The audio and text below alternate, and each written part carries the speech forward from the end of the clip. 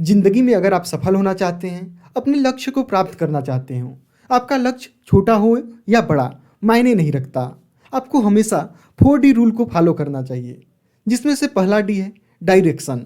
आपको पता होना चाहिए कि आप किस दिशा में जा रहे हैं, आपको किस डायरेक्शन में काम करना है, क्योंकि जब तक आपका डायरेक्शन क्लियर नहीं होगा, आप भटकते रहेंगे। डायरेक्शन से रिलेटेड मुझे एक कहानी याद आ रही है, मैं उसे सुना देता हूँ। एक बार एक राहगीर चौराहे पर खड़ा था और सामने खड़े व्यक्ति से पूछता है, भाई साहब मुझे कौन सा रास्ता लेना चाहिए। इस पर सामने वाला व्यक्ति कहता है कि भाई साहब आपको जाना कहाँ है। इस पर राहगीर थोड़ा सोचते हुए बोलता है, वो तो पता नहीं।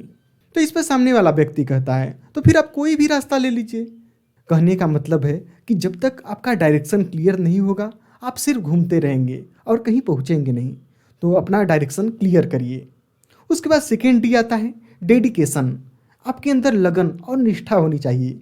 आप जो भी काम कर रहे हैं उसे पूरी डेडिकेशन के साथ करिए, उसमें अपना 100% दे दीजिए।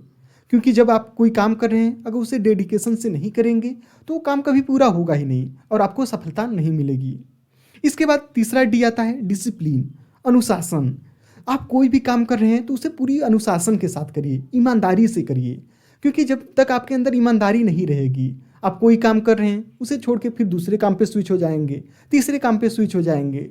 लेकिन जब आप किसी काम को पूरी ईमानदारी से करते हैं, पूरी शिद्दत से करते हैं, तो आपका सफलता का जो चांस है काफ़ी हद तक बढ़ जाता है। तो यह है तीसरा डी, डिसिप्लिन। इसके बाद चौथा डी जो सबसे इम्पॉर्टेंट है, डेडलाइन।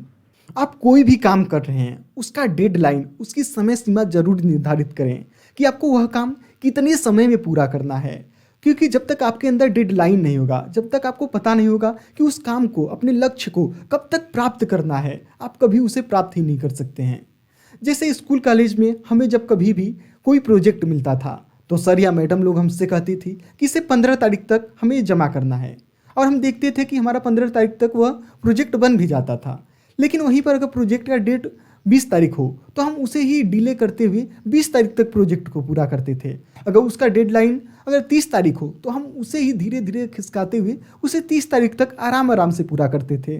कहने का मतलब है कि जब हमारे दिमाग में एक समय सीमा तय होती है कि हमें अपने काम को, अपने लक्ष्य को इस समय तक पूरा करना है, तो हम उसके लिए एफर्ट करते हैं। लेकिन अगर कोई समय सीमा ही नहीं होगा तो हमारा दिमाग फ्री रहेगा कि हाँ करेंगे करेंगे, और अपने अंदर आलस आते ही रहेगा और उस काम को हम टालते रहेंगे, कभी वो पूरा हो ही नहीं सकता है।